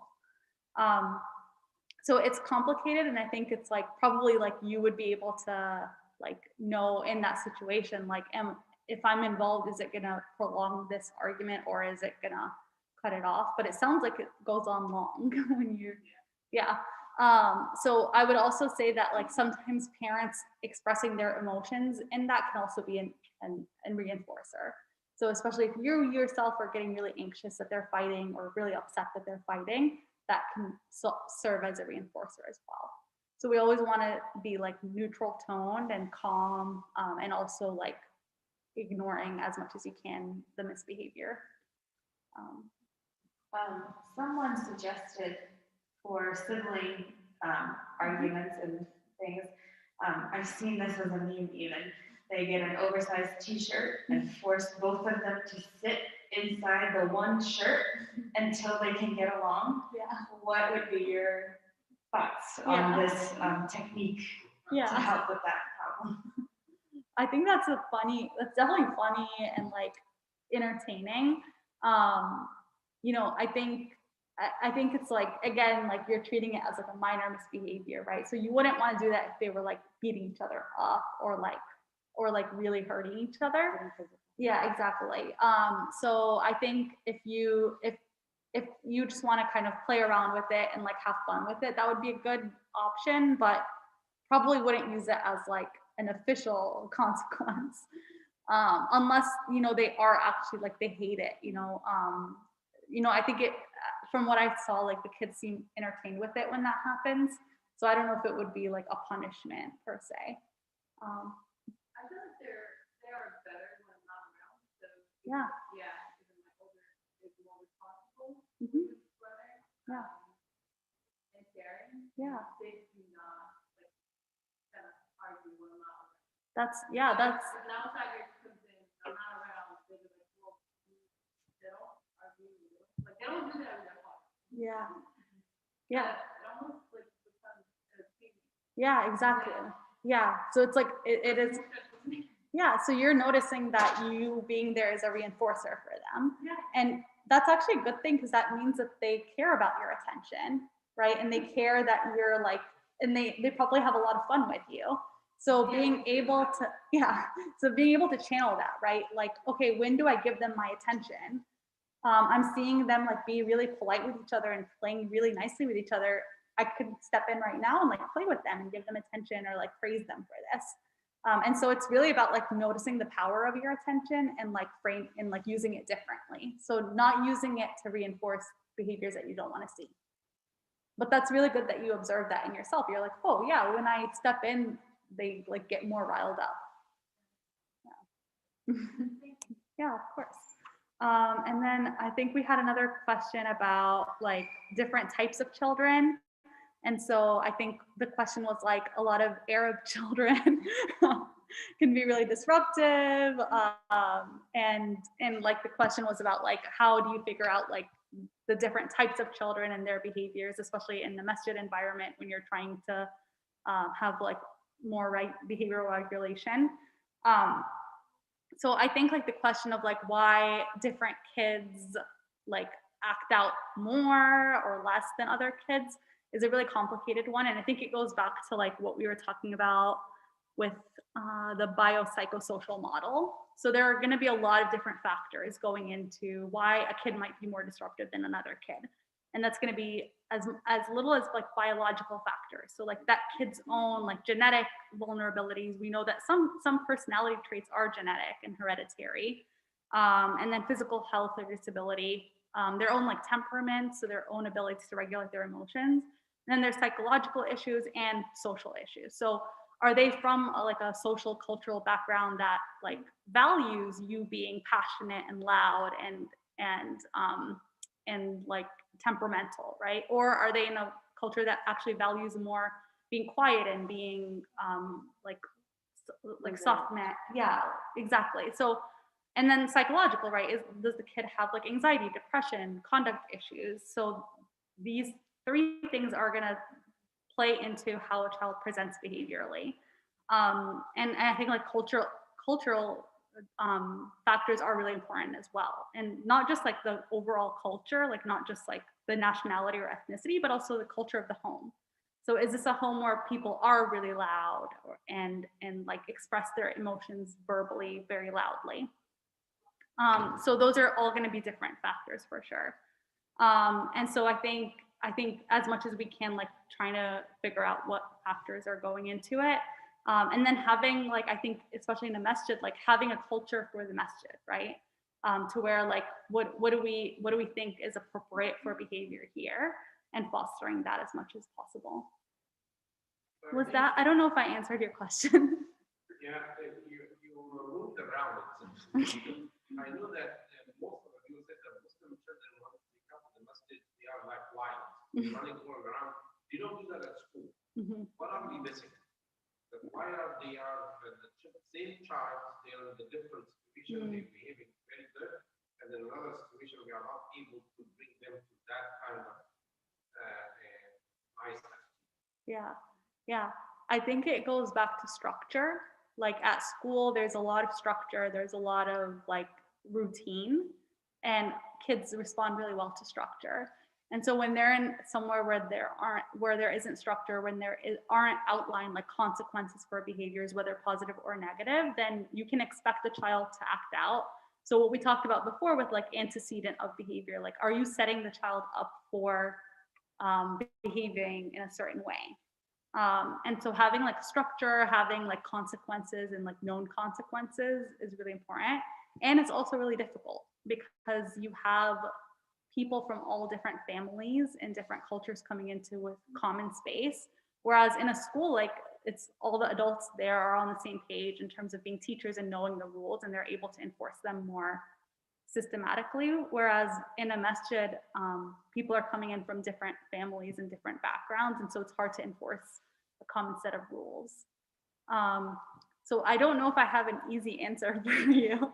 I think it's a structure, probably the difference in structure between school and a masjid, and like different families and backgrounds coming in. And the thing is, schools were not able to answer it as well. There are some people who say that we need to be relaxed, let the child do whatever we want to, because we need them to come more frequently to the masjid, not more regulation. So others, they said, no, we have to enforce the rules. This is the masjid, no running, no shouting, no raising voice. So this is the balance that we are fighting for. So where should we go? Yeah. I think there's always like moderation is the best. So I don't think there's an issue with people like playing in the masjid as long as it's like in a respectful way that doesn't hurt other people. But I think like especially if everybody's like fighting for two extremes, it sounds like, I think it's good to come to the middle and having a moderate approach to it. But definitely having like knowing that like when the kids step in, they know their expectations, and like having that clear, regardless of what the expectations are, that's going to be really important. Just for the kids to know like these are the expectations here in the masjid, and for them to be clear for them, regardless of what those expectations are. Yeah. Yeah. They set up the room so that, chairs and tables so that there don't be a lot of room for a child to run around. Yeah. So like in this big area, Michelle, so the child sometimes might be like, okay, this is a long field. Yeah. Unless it's a traffic. Yeah, that's a really good point. Exactly. Yeah, like the physical space, right? Again, like setting the child up for what you want. Yeah, exactly. So we can maybe think of a playroom or something. I don't know. Yeah. And then we had a question about like middle child syndrome, and like whether it's actually true to be like to have if middle child syndrome is a thing. So I think the question, the for background about that, a lot of people think of like middle children just being less ambitious, kind of being stuck in the middle, and also feeling like they're ignored by parents because parents' attention goes to either the older child or the younger child. There's actually been a lot of research that like looked at like the order of birth and what personality traits, what career choices, what they go into. So one of the things that they talked about was that usually like the older child goes for things that like are like conventionally successful. So they actually are more likely to have like a high income job and like go for like for example, medical fields and like postgraduate education. The youngest child is actually the most likely to be creative. So they actually see a lot of them going into creative fields like arts and graphic design and things like that. And then the middle child is like somewhere in between, actually. The middle child usually is like more stable. So they just choose like something just more stable, something to get through. And they actually say that the oldest child is usually the most responsible and the most like that takes care of their family. And they actually like say that the youngest child is less responsible, like the least responsible out of the three, and less likely to like care for their family and be really like careful about that. So yeah, so there's been research about that for sure. I think there's some research to support that middle child syndrome. Yeah. Any other like questions about that piece of it? Why were you wondering that? Yeah, I think that how the parents will avoid neglecting the middle child. Yeah. I found sometimes the middle child is more emotional, right, more than other children maybe, and might be something that needs to be corrected. You think so? Yeah, I think it's a natural thing for a lot of parents, right? The first kid probably has like the most pictures and like the most like experiences, and then the youngest child because they're at the end. So I think like part of that is naturally like happens. I think for sure that parents can do more to give attention to the middle child, especially when it seems like there's unfair expectations for the older and the youngest. I know a lot of older children talk about like how they had a lot of unfair expectations on them. So I think that can be a thing that parents can be aware of, but it's also something that just naturally happens, I think. Yeah. Without parents really realizing it, I think. Like parents will probably say like, no, I love all my kids equally, and just I don't think they notice that kind of stuff. And then I think There was a question. yeah. Sorry.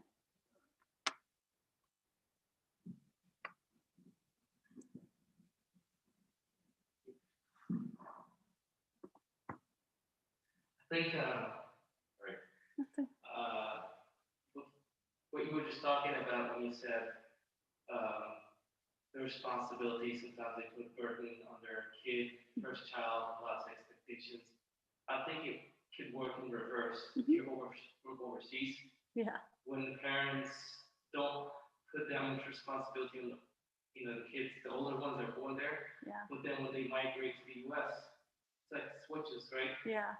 More opportunity here, so it turns to the youngest kids can have that, Oh yeah. it's like it's the opposite. Yeah, So it yeah. can work in reverse. Yeah. But Yeah, I guess it depends on where you're looking at, right?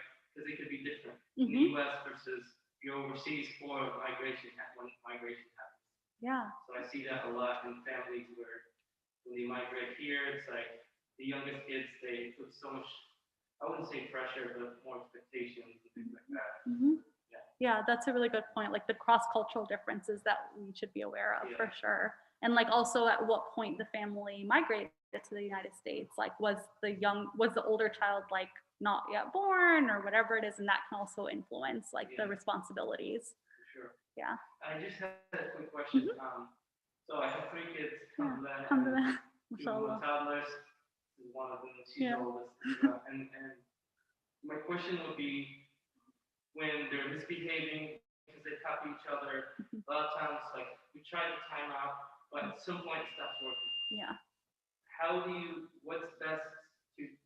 transition to something else to try? Like for me, I would try to get on my knees at their level, quietly, not raise my voice, not scare them. Try to talk where they can understand. But sometimes even for that, they're like just not listening. Yeah. Right? They're like crying, and I don't want my, crazy side to come out and say, be quiet, you sit over there. I don't want to teach them anger or things like that. So what's an easy way, another way to divert from timeout and all of that?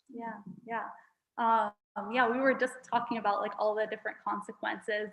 So I think you're definitely right about like, so one of the things is that when your child has gotten to a point where they're like crying or screaming, there's nothing you can say that will actually get through to them, right? So they've already gone to the point where they're kind of like blacked out at that point. So you don't want to talk at them. And actually a lot of researchers say that you shouldn't say more than 7 words at a time to your kid. So a lot of times like talking about what went wrong or why do you think what you did was wrong, like doesn't actually get through to kids. And especially when they become adolescents and teens, because they don't like want to hear you at all. And so they actually like what we were talking about before is like when kids get older, they actually cringe when you talk to them a lot. And so you don't want to say more than like 7 words at most at a time to kids. And then we did talk about like timeout being effective, but it matters what timeout means, right? So for example, if timeout means like the kid goes to their room where they have like access to their iPad and like TV or whatever, like that's not effective timeout. Timeout actually means like timeout from positive reinforcement. So timeout from anything that that is positive for the child. And that includes parent attention, and includes like just being around people or being, you know, around an environment that would be rewarding for the child. And so usually like it's recommended to have like the timeout time is like equivalent to the child's age. And you don't, for consequences, you actually want to use them rarely. You don't want to use them all the time. And so for timeout, usually it's for like intentional aggression. So hurting someone or hurting themselves, or destroying property, or what we call repeated non-compliance. So you say something once, they don't do it. You say it again, they don't do it, they go to timeout. And those are usually like the things that you want to use timeout for. And then in other cases, you want to use different consequences. So either that's like reprimanding, so like saying, I don't like how you spoke to your sister, or I don't like how you spoke with your brother, in what you said, like a neutral tone. And then there are also like removal of privileges or removal of things that they enjoyed. And that is also a common consequence. And also like sometimes you can make them do something that they don't like. So like doing an extra chore, for example, or doing, or like cleaning up, you know, an area or something like that. So those are other like consequences you can use besides timeout. But then they also say that like reinforcing, so reward, is actually more effective than punishment. So you really want to be mindful about when you use punishment and using it rarely and in special circumstances. And then for other behaviors that are just annoying behaviors, you just want to ignore them. So like if they're nagging or whining, or if they're doing something that just is like annoying but not hurtful, you want to ignore that, because then you're actually paying it, when you pay attention to it, it actually reinforces them. So kids love attention, and so we want to use attention purposefully when they're doing something good, so that they can do more of those good things. And we want to ignore when they're doing minor negative things. That's a really good point. Yeah, exactly. Yep. Yeah, exactly. And you'll notice that too, like once you pay attention to those good things, because we're not used to that, right? We're always used to looking out for the bad things. Yeah. But if you change your mindset to catching your children being good, you actually not only like will change your own mindset about like, oh, like you're noticing your kids do more good things, but you're also changing how they get your attention. Because any attention is good attention, right? And so if you want to give it to them, if you're going to give it to them anyway, you might as well give it to them when they're doing good things. Oh yeah, go. Those are good questions. There were two more questions. Yes. And then Yeah, I think there was a question about like phenomenon of lying and stealing in kids. This one's really important, is really interesting, because like lying and stealing behaviors develop very interestingly. So some kids don't realize that they've stolen things, because we live in like a capitalistic society where, you know, we get things and we pay for them, and kids don't really have that built in. They think that like I'm at home and everything's at home and I can take it. So like I'm at a store and I can take things. So there are some kids who like unintentionally steal things, or like might bring something home and not realize that they were supposed to pay for it, or are supposed to this isn't theirs. And so that develops kind of like around when they start school, or a little bit earlier, once they start like learning societal expectations. And then lying is also really interesting, because kids at a certain age don't realize that they can lie. Like they think that like you can read their mind. So they're really bad liars. And then there comes a point where they lie like once, and then they realize that you can't read their mind. And then they're like, wait, this is a thing that I can do.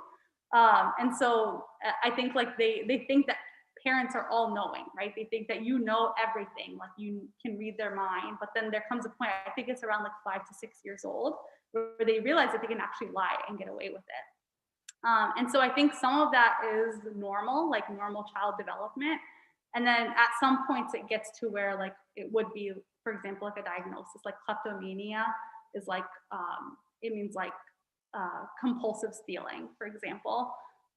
Or like if they're lying, they could have like a personality disorder or something like that. But I don't think you see that as much in children. But yeah, I think it's like a really interesting child development thing for sure. So how would you address your child lying or stealing? Yeah, I think knowing like where the lying is coming from is really important. right? So for example, if the child tells the truth, what is your reaction? That can be a really big teller, because if they tell the truth and you overreact or react really negatively, you're actually reinforcing them lying, right? So if they lie and you let it go, or you let them do what they want, then you're reinforcing them lying. And so being able to reinforce them telling the truth is really important. So if they come to you with something that's really hard to say, you, even though it's like really hard for you to hear too, you want to actually like reinforce them telling the truth. So you want to say like, I'm really proud that you came to tell me the truth. And if you need to give consequences to their behavior, you can also give that. So like, for example, if they like snuck out of the house or like took the car without your permission or something like that, you can say like, I'm really thankful that you told me the truth. I'm really happy that you're safe and that you're okay. And we know that we have to have consequences for this behavior. But always like reinforcing them telling the truth so that they know that they can come and tell you the truth. And so sometimes like lying is actually, is kind of like a defense mechanism. They do it to protect themselves, to defend themselves, which is why a lot of us lie too, like even as adults, is like because we know that like telling the truth would be hurtful. So that's, I think, a key thing to address with lying is like knowing where it's coming from, and like showing them that telling the truth can actually be a good and positive thing. And then for stealing too, like giving them consequences for stealing, whether that's like returning the thing or going to the store and saying like, I'm sorry, I stole, making sure that it's like safe for them to do that, and like having those consequences, and also like showing them how reinforcing it can be to like earn your own thing. So like, you got to buy this thing with your hard-earned money. Like, doesn't that feel really rewarding to be able to do that? So combining those consequences and reinforcers. I think we have time for one more question. If anybody has anything else they'd like to ask before we conclude. One more question for me, can I? Yes, you may. So we are here in the masjid, and we, as you mentioned, several functions, and we see parents like pulling the child from their arm, hitting them. What constitutes child abuse that I am responsible as the masjid to hold the authority for this parent as a child abuser? Yeah, that's a really, really tricky question, because I think that there are like cultural considerations to keep in mind. I think from a legal standpoint, if you wanted to get legal about it, I think they count it if they see marks on the child. That's when it's like counted as like really severe enough to report. But I think, you know, it comes from a standpoint of like, I think just your own judgment about the situation. Are we like, are people here in the masjid mandated reporters or no? Do you know if they're mandated? No. If we see any child abuse within the facility, we have to report. Okay, so yeah, do you know who the mandated reporters are? We reported to the human, Yeah, are you the mandated reporter or who? Like who in the masjid is like the mandated reporter? Okay. So yeah, so I think like I think you can use your judgment about that. I also know that if you do call them, you can actually like just if you make the report, it doesn't mean that they have to go to them. So what you can do is actually like just discuss it with them and be like, hey, like there's this situation, this is what happened, and just talk it through. And just because you made the report doesn't mean that they're actually going to make a visit. So they could just decide like, oh, okay, like this isn't really worth pursuing. But I think it's also part of your judgment of like, is this abuse or is this just like a parent handling their child the way they know how? So I think it's like your own judgment, but also don't be afraid to make that report because it doesn't always mean like they necessarily have to make a visit.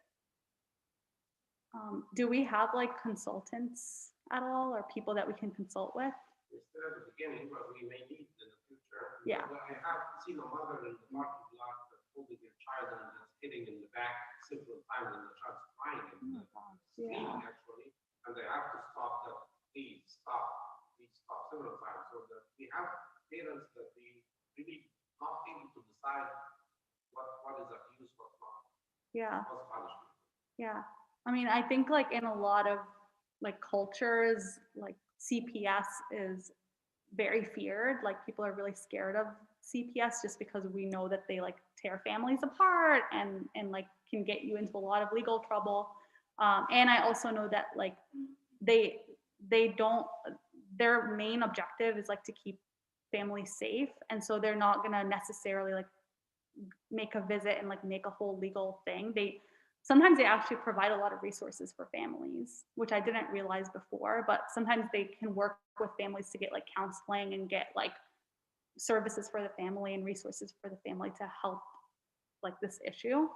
Sometimes, I don't know how you would be about this, but sometimes like people make the report together, like with the family. So they're like, they tell the family like, hey, I'm making this report. Do you want to make it with me or things like that? But I don't think that will be very well received. But I think it sounds like from what you're saying, like there are some issues that you would be inclined to make that report. Yeah. But don't be afraid of them like acting immediately because it's their decision to make, like, is this abuse or not? So your report just means like, I saw something, I'm reporting it. It doesn't mean anything more than that. All right, so Jazakallah khairan everyone for attending, and special thanks to Rahma and Hida for giving us this very insightful and informative session about parenting and different strategies that we can work on with our own children. As Dr. Hamdi mentioned, there are refreshments out front, so please feel free to enjoy, and everyone have a wonderful evening. Jazakallah khairan. Assalamu alaikum. Jazakallah khairan, everyone.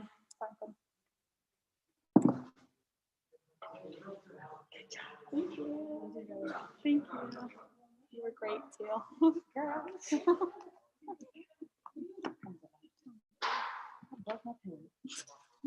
Oh no. I always stick it right here and I'm anxious now. All right, so I think stop share and then. I'll just start it on that. Yeah. Oh, there we go. 5 or 6. Okay. I think that's it. Oh wow. Okay. Is it okay? And then